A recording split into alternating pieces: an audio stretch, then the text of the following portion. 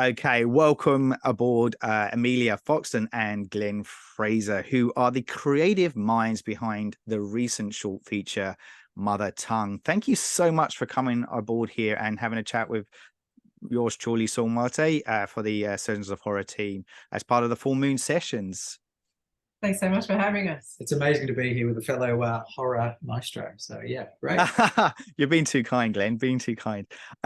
So look, let's cut straight to Mother Tongue. So look, it's as I said, in case people haven't called this in the intro, it is screening as part of a Night of Horror International Film Festival in Sydney here in Australia. It's accompanying Ursula Dubowski's feature film as well, The Devil's Work. So in good company. Yeah. So Mother Tongue is I've written here is it's a bit of a dark focus on femininity and the struggles in which a same-sex couple attempts at becoming parents. I'm interested in what it was that drew you to this topic and the choice to actually place it within the horror genre. Yeah, I mean, I'm a queer woman myself, and I have a love of advocacy for everybody who doesn't have enough of a voice, and certainly the LGBTQIA plus community is so underrepresented in entertainment content. So it was really important to me to normalize just same-sex couples, or really any unconventional couple, trying to get more of that representation into entertainment content so that we can just normalize it in the eyes of society, because I think that will do a lot to push society to be a bit more open-minded about these things and just accept that representation. So that was really important to me. The struggles in particular for same-sex couples going through fertility journeys and the toxic systems that are still in place to make that very difficult for them when it comes to things like adoption and whatnot. Just wanted to make sure people are still realizing that continues to be a problem, particularly in Australia. And so just wanted to put a bit of representation in for that as well. Yeah, no, absolutely. And I feel like that's really, I mean, considering it's a short feature, you've managed to kind of convey that really well in Mother Tongue. And I even in areas where it's succinct and precise enough to kind of convey that message in that lead up in the two leads struggle to kind of come to terms with going to what we learn will be drastic measures down the track. But what I did notice is that in amongst that were the elements of humor that you've got peppered in there, despite the struggles that the lead protagonists have. How integral do you think it was to have this to juxtapose the bleak subject matter that you are trying to convey? it was really important to me, and that's mainly because I think honestly I find that storytelling, especially through visual art, it's one of the best ways of educating. It's one of the best ways of getting through to people, and people don't mind getting a little bit of advocacy or moral stories or anything like that through entertainment if it's a little bit funny or if it's a little bit light. Yeah. And so the bleakness of the subject matter, and also the dark places that they go to, being balanced out with that comedic element, I think it's helpful, especially to I think Australian audiences, to help it be absorbed, essentially, because Australian audiences love a bit of lightness, they love a bit of comedy, and I just think it helps to get it out there. Yeah, absolutely. Look, Amelia's take on this was very much an advocacy piece originally, and a lot of the work that you've done has had smacked of that, which has been great. And when she started to talk about the dark stuff that we liked to watch together, and I said, why don't you play that into a kind of horror thing, because for all the love that I've had for horror in my life, I've really never gone out there and made an out and out kind of horror film. And so for me, Amelia's work kind of gave me license to go out there and do something that was like pretty bold, but still with that sense of fun about it. And I think as much as I know a lot about slasher films and things like that, I'm not that much of a fan of them, because ultimately they feel a little bit empty at the end. Yes. And I said, with the script that Amelia had written, it was so bold and so uncompromising. I said, and she said, look, I don't think anyone would ever come near it, you know, with a barge following out. And I said, you'd be surprised, because Yeah. if you go out there and lead from the front, and, you know, this is the most exciting script that I've come across, including the ones I've written myself. I said, this is so bold and so much fun, but it's got so much to it. Yes. And that's what you picked up on, Saul, because it you know, resonates with an audience. And I said, look, if you've taken a piece of advocacy, but you've cloaked it in this wonderful pair of characters, and you've got something to say that is from the heart, you know, it's something really important about a really deep and desperate need for these two people that everyone's going to resonate with. Yep. And for me, that's the core thing. And you can take a story and really run with it in any different direction. With a bit of levity and a bit of grossness, and people will go there as long as you've established those characters and their journey and their heart early on. I think you can take them in. Yeah, I was going to speak to that too. Like, you definitely can see the heart of each of those characters from the get-go, and I think, without giving too much away to anyone who wants to kind of go and watch it, the juxtaposition that you pose between the love and hate elements that happen early on is part of that, and builds up that connection between those two characters and the journey that they're about to undertake, and leaves you kind of delightfully hanging on to the question of what is it that's going to lead them to this kind of rip between them, right? So I think that's really well done. And to also coin one of the masters of horror or thriller directors, Alfred Hitchcock, there is a fine line between comedy and horror, and if you get that balance right, then you're always going to pull the audience in, and I think that's what Mother Tongue does really well in executing that. So I think, having said that, so Amelia, I think it's fair to say that you have to wear many hats in the making of this feature. Whether it's, you know, you're an actor, you're the producer, the writer, editor, and I think also sound design in the mix as well. What was the greatest challenge you faced in production? And what? Sorry. And the caterer. And the caterer. There you go. Like, forget that. yeah, and I think that that goes in hand, doesn't it, with low budget features? But what do you think was the greatest challenge that you faced in the production element? I mean, oh wow. I mean, it's all challenging, but all in a good way. I love every single challenge that filmmaking presents. It's a really enjoyable challenge for me. Probably the editing, and that's because I'm fairly new to editing. Okay. This is the third film I've edited, and so I just, you know, a film is made or lost in the edit. It could be extraordinarily shot and acted and presented in every conceivable way, and the edit can actually destroy it if it's not. So I was very particular about making sure that the vision that it originally was, but also what Glenn made of it and what the actors brought was really well represented, and to honor the amazing talents of literally everyone on cast and crew that they poured into this production. That was me nervous about making sure I gave back for all of the passion and talent and skill that people poured into it. The edit, that was that little bit of nerve-wracking challenge for me. Yeah. And I think you have a particular skill, if I may speak to that, with Amelia's neurodiversity. I've edited a lot of my own stuff, and I've worked with amazing editors. I love, as a director, working with a second set of eyes that comes into a process. And interestingly, I would have considered that working with someone who was also the actor, the writer, as the editor on the project, in any normal case, that would be a recipe for disaster.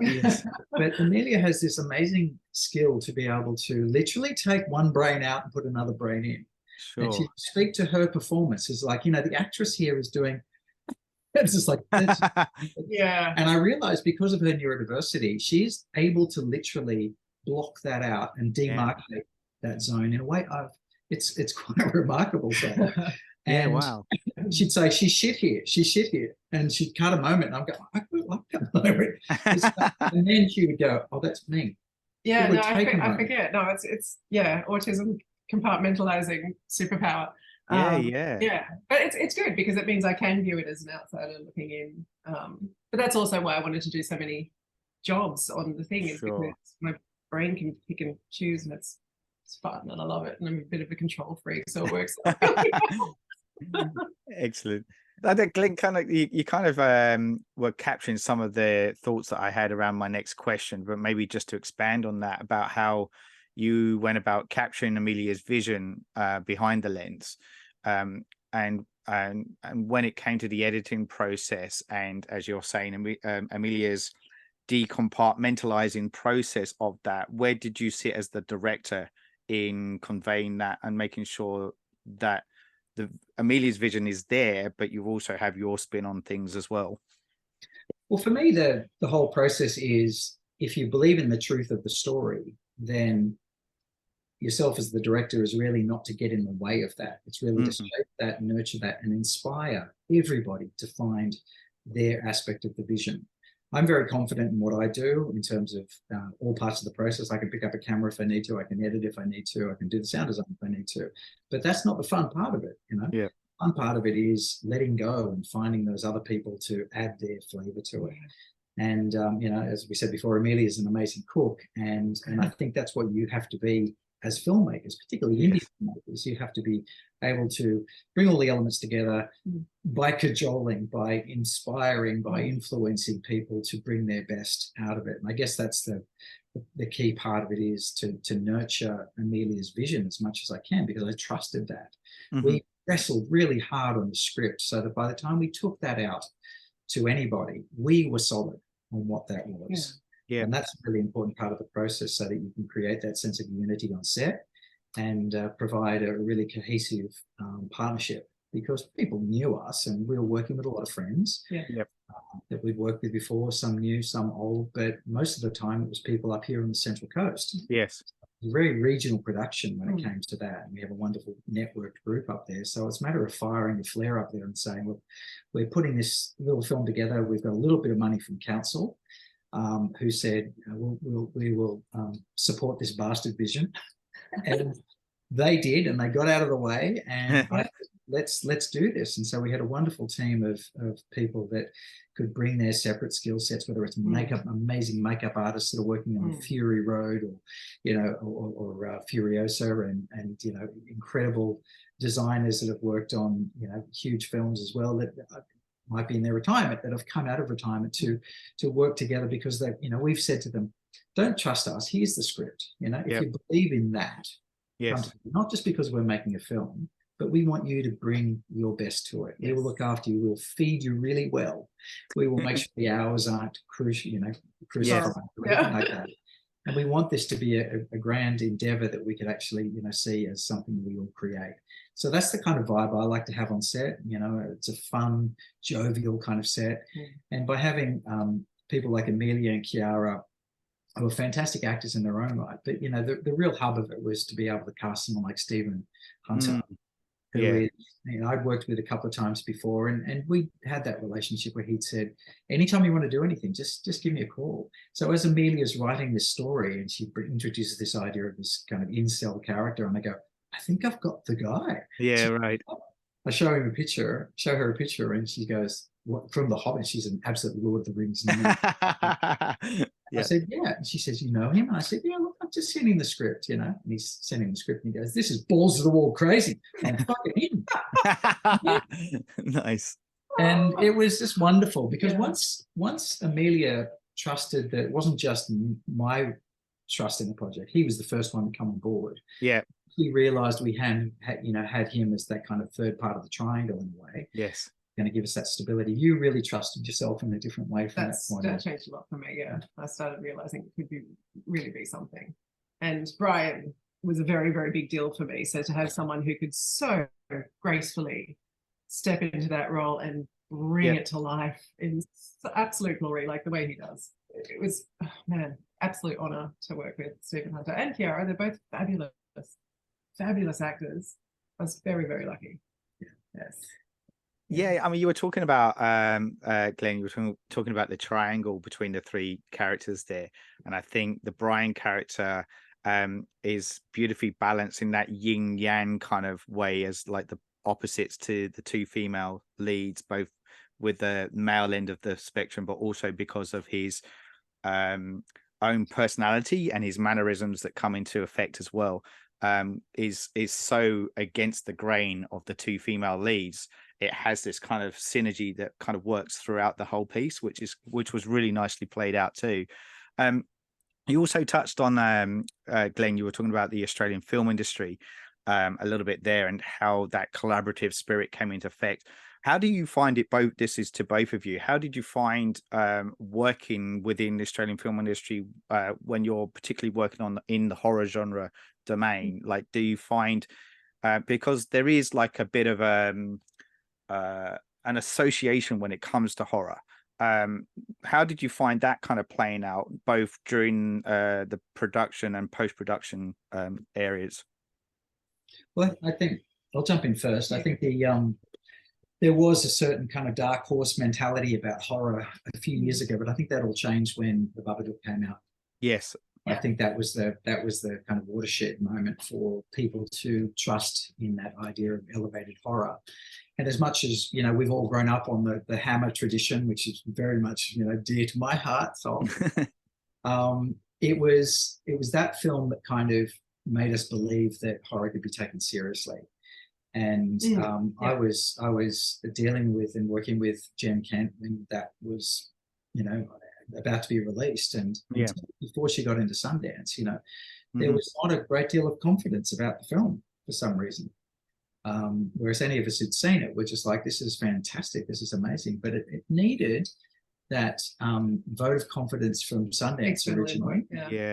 And once that happened, then it was really taken up by, you know, France effectively, as this kind of champion, international champion for the film, and it started to really develop a life of its own. Did it really get taken seriously in Australia? And that was where, you know, that the voice of the auteur, particularly with Jen, you know, she was able to do that her way, and know the struggle she went through to get that made. To get herself as a former actor taken seriously. It was not easy. So, you know, she opened the door. She kicked it open for a lot of us. And in fact, she's a huge inspiration for Mother Tongue in particular, because the short film was made specifically in order to get the idea, the concept out there, so that we can make the television series, which is what I'm determined to make, of Mother Tongue. So that's why it exists. That's why it's there. It's very much following the Jennifer Kent, taking a leaf out of her book. Following that style. So obviously she's opened a lot of doors. Since then, you know, horror is no longer the kind of bête noire to creativity and art that it was, you know, for a long time in Australia. You know, we've had Goran's film come out, you know, last year, and then obviously Talk to Me now has kicked another set of doors open, which is extraordinary. You know, so, you know, we are relying on that film to have, you know, taken the idea of Australian accents seriously, for example. Because although The Babadook was an incredible film, it was still, you know, seen as a microculture in terms of its storytelling. Whereas Talk to Me has really hit a much, much broader market through A24. So that means that suddenly the Australian accent is not anathema to international audiences. And we are really relying on that, because what we want to do next with Mother Tongue is to say, look, here's a great set of characters. Here's an emboldened world that we've created around those set of characters. Let us take that into an 8-part series and really show how much fun we can have. So we very much use the idea of Talk to Me in terms of Australian accents, obviously, but also films and series like What We Do in the Shadows. And Deadlock is also really, really helpful. I mean, that's just kicking goals all over the place. It's being loved globally, and it's got that little touch of Australiana whilst also being intelligent and hard-hitting in all the ways that we're hoping the Mother Tongue TV series will be as well. So all of these wonderful productions are opening doors for us and making it a more ready global stage. So that's why it's quite good timing, I think. I think the key thing though is that all of those films and TV kind of series that you're referring to, each of them have a very strong backbone running through it within the narrative that they're trying to speak to or convey across in their films. And also the strength of character. Now, for me, like, character has to come first and foremost. You have to engage with the character before you can then journey with them on whatever the plot is that will unfold. And each of those films really center on that straight from the beginning, and allow that kind of, you know, first act to really embed the characters in the world so that you are in that world with them. Yeah. And, you know, with Talk to Me, you were talking about as well, that kind of does that for a younger market as well. So I think that was part of the intelligence that went with that one. Yeah. And the Babadook, as you mentioned, really takes on the kind of topic of the mother and the child, and the single parent, and the trauma that they live with day in, day out, that they carry with them, which manifests in the Babadook itself. But like, if we look at Australian horror films, like, do you have one that's a particular favorite of yours? And if so, what is that and why? I Talk to Me was just, it blew my mind. I loved it. I Mhm. love all the Babadook as well, don't get me wrong, but Talk to Me just hit me in a particular way, because the Babadook is fabulous, and it's got this kind of theatrical nature to it. It's extremely beautiful and almost poetic in its simplicity, and it's deeply intelligent and very beautiful. Talk to Me was just so bold and hard hitting and deeply intelligent, so that you have to watch it several times to really get all of the nuance that's gone in. Yep. And that is the kind of content that I want to make. So Yes. that's why that struck me. I was like, whoa, look at that. Brilliantly shot and acted, and the incredible storyline, so unique, so Yes. bold. And that it's the boldness that has given permission for us to also be as bold as we want moving forward. Yes. We've in Australia, I think we've been stuck in a bit of a narrow kind of comfort zone for quite a while. Mhm. But when you've got these movies like Talk to Me coming out that just don't care about any structure that's been put in place, they just say what they're going to say, and they do it hard, and the audience just has to be ready to take it. That I love that, because it opens up all the doors and gives all the permissions for other content makers to really just Definitely. You're dead right, because there's been that kind of culture of safety, you know, because we've always had to frame, you know, certainly with my generation, had to frame everything around what we presented to the Australian Film Commission originally in Australia as this kind of like, it's crazy, but it's got, you know, this kind of historical antecedents that gives us some sense of gravity or something like that. Whereas, you know, there was always that shame around genre, you know. Yeah. But obviously we have this culture and this tradition in Australia. You've got Rod Hardy's Thirst, for example, you know, back in the late 70s, I think, Yeah, you know, yeah. which I was thinking of this grand guignol kind of tradition that kind of burst out of nowhere. Yes. And then you've got, you know, that wonderful TV show that I grew up with, scared the crap out of me when I was a kid, Evil Touch. Yeah. Remember that, which Yes, was a serialized piece of TV based Yes. on Twilight Zone episodic anthology stories. Mhm. So we saw kind of more courage in TV in those days than what we did in cinema. Then we'd have films like Patrick, which was a huge influence for me. Yeah. As a teenager, maybe I was 11 or 12 when I went to see that at the movies Yes. on my own. Rated M blew my mind, you know. So those sorts of things. We were, you know, having these outbursts of cinematic kind of explosions of kind of gut-wrenching stuff as I saw as kids. Dead Kids is another one, you know. So yeah. me, you know, those kind of things did kind of pepper through my childhood. So all of those things kind of come to influence what we do as filmmakers.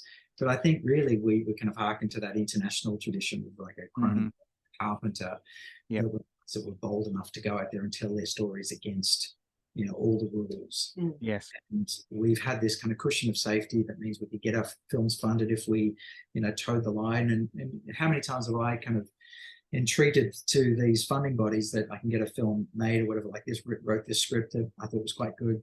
You know, told to go away, you know, no uncertain terms, it's a short film. Then I go and make it, and suddenly it gets into these big film festivals, and they go, "Oh, that's what you mean." So suddenly, you know, I managed to kind of get my way up, kind of on the sidelines of the system to some degree, but but in that authentic way that I've loved being able to do with Amelia as well, because it means that we could go out there and tell authentic stories that had a truth that I can look back on, that we can look back on in 10, 15 years time and go, really proud we made that, because it didn't have to shave any, you know, any bits off the side. So that's wonderful to be able to kind of think of that. And as Amelia was saying, to be unapologetic about those things. And now with stories like, you know, series like The Boys, Yeah, and brand new cherry flavor. that are able to Yeah. keep those doors open for streaming services absolutely unapologetically. Yeah. So for Mother Tongue, we're like ready to go, okay, well, we can take this to some pretty crazy no places. holds barred, let's go. You know, it doesn't need to be outrageous for the sake of being outrageous. It doesn't need to be gratuitous, but to have no bars on Yes. the kind of content you can make, it's why it's so powerful that these people have come before us and made these incredible films that have just broken down these walls. Yeah. Yeah. I think what it's doing is it's allowing that the unique voice to shine through, and that's Australia has so many opportunities to allow these voices to shine and tell their stories, and I think that's what the beauty of this is now happening. We're in this space, and with that, a lot more creativity is going to flourish. Fingers crossed, out of the back of that, which is great. So look, that leads me to ask my next question, because you're about to feature Mother Tongue for a Night of Horror International Film Festival. How excited are you about presenting this before an Australian audience? Very, very excited. I mean, oh gosh. I mean, that's the tell, isn't it? The real success is the oohs and the ahs that you're able to draw out of them as they watch. So, you know, we've made sure that we're going to be sitting at the front so we can look back at the audience as they're watching, because we're there to see the audience. So yeah, very excited, because that's the thing.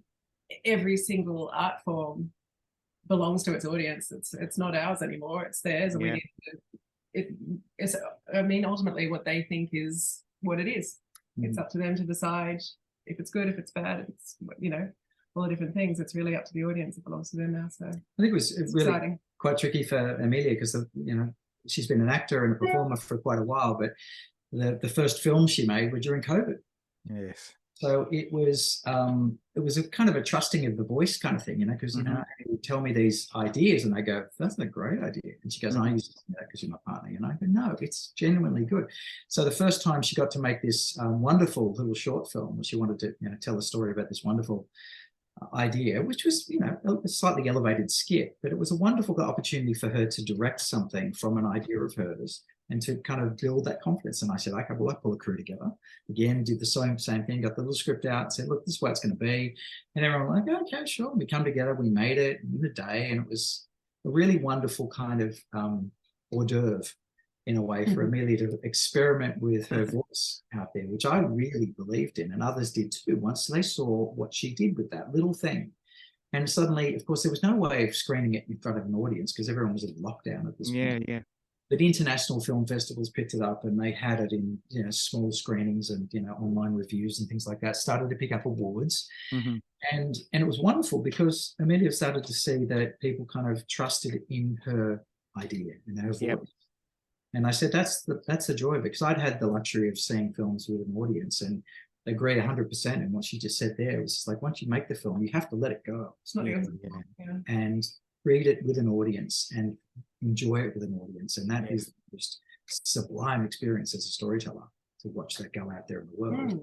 And now she's had one chance to see this already at Coast to Surge Film Festival, which is happened up here on the coast a couple of a month or so ago. And again, seeing that in an audience of like 300 people sitting in the aisles, literally, it was amazing. Yeah, great. Feeling the warmth in the room was extraordinary. And I think that was, you know, to watch Amelia's face when that was happening was worth its weight in gold, because that's the addiction.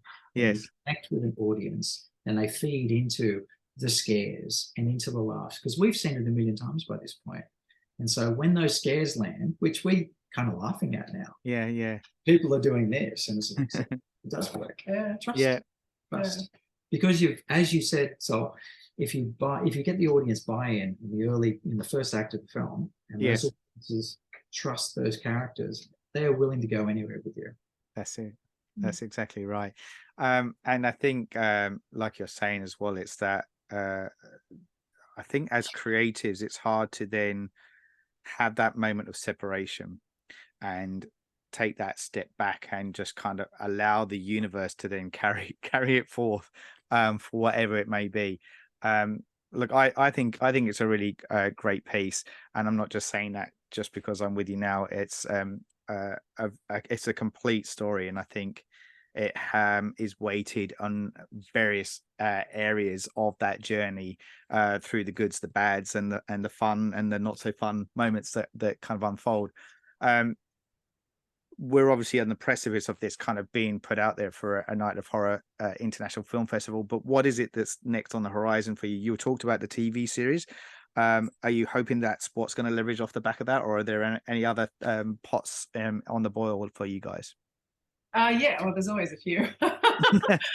Can't stop ourselves, but Mother Tongue is probably the primary focus at the moment, because getting that television series up with the timing, with Deadlock being so successful, and Talk to Me and everything, I think needs to be the primary focus. So that will be what we work on the most. But we're also working on a television series called Lilith, which is a political thriller, although it's set in the US and much greater scale, kind of Homeland meets Killing Eve.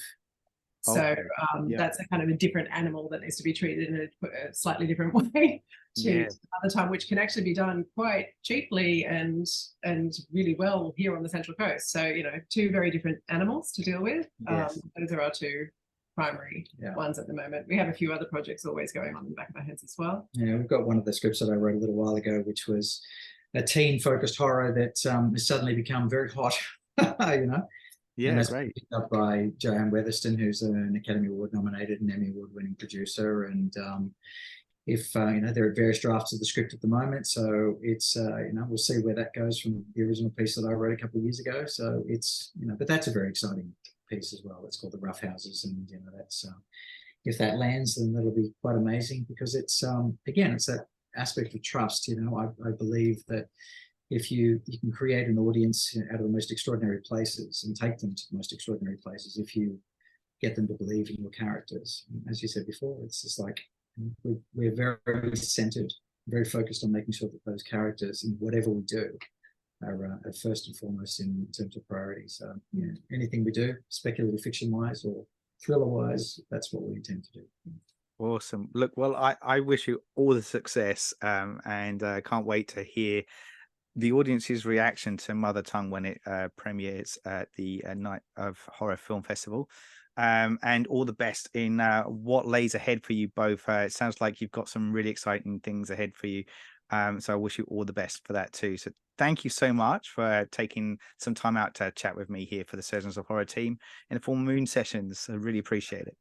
Thanks so much, Saul. It was really good to chat. Thank you. Thanks so much. And it's great to be in such safe hands with a horror nerd like you. Thank you so much. I appreciate it. Thank you.